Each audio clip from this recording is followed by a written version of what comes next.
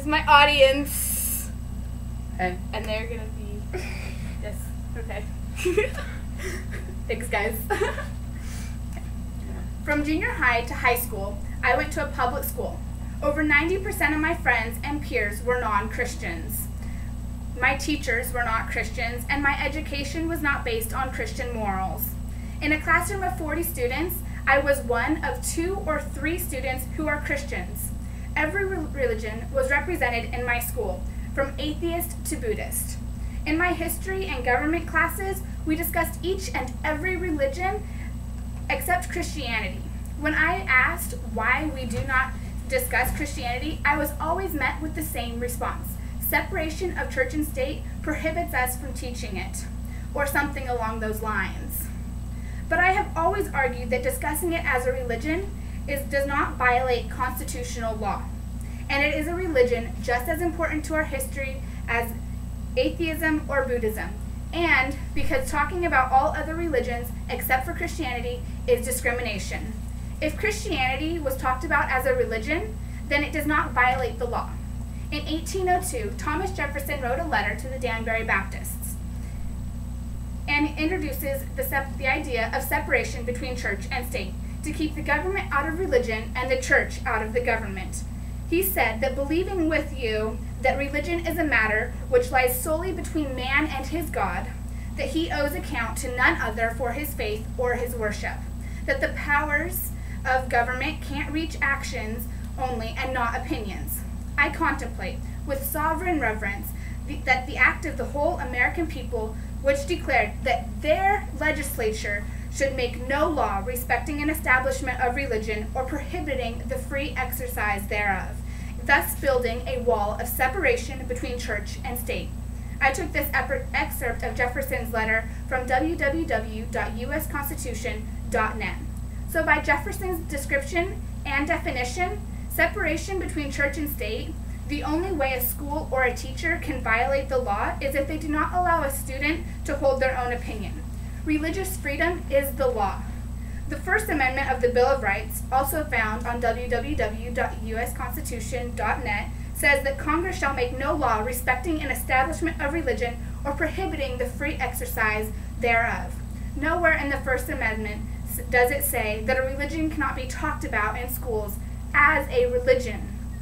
Christianity is a religion, and I think more importantly, the Constitution of the United States was based on Christianity, written by men who came from England to escape religious prosecution.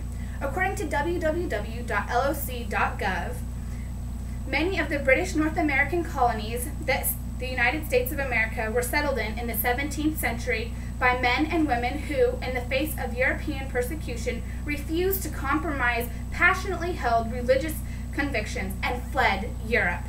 The New England colonies, New Jersey, Pennsylvania, and Maryland, were conceived and established as plantations of religion.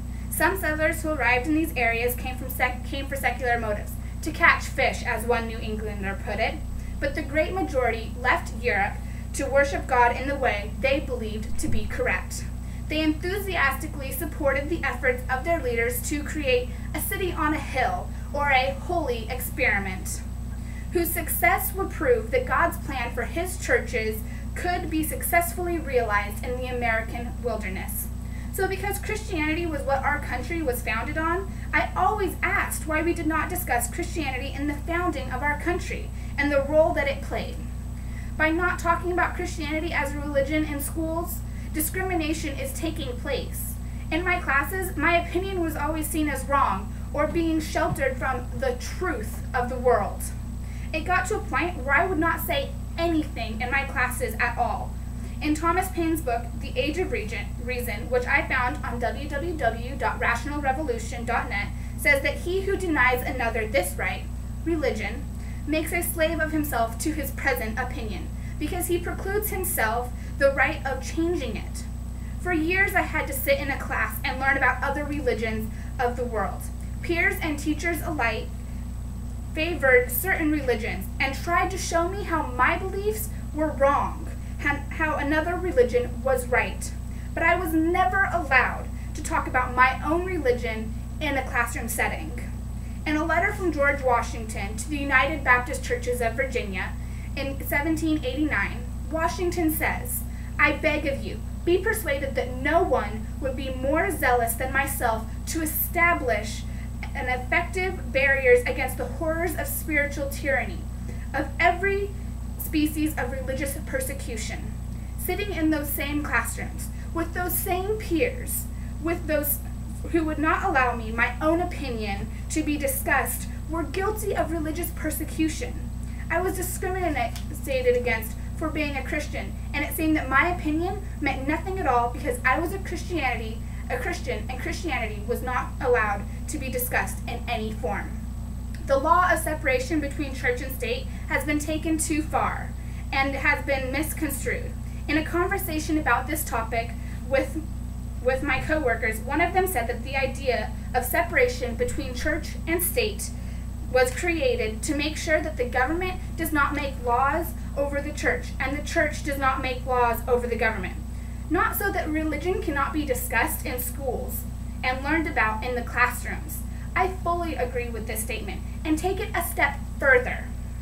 Separation of church and state does not mean just the Christian church. It means all churches. So if you teach about one, you have to teach about them all. By the time my children are sitting in these classes, I want them to be able to talk about Christianity as a religion, and just as much as they talk about other religions of the world.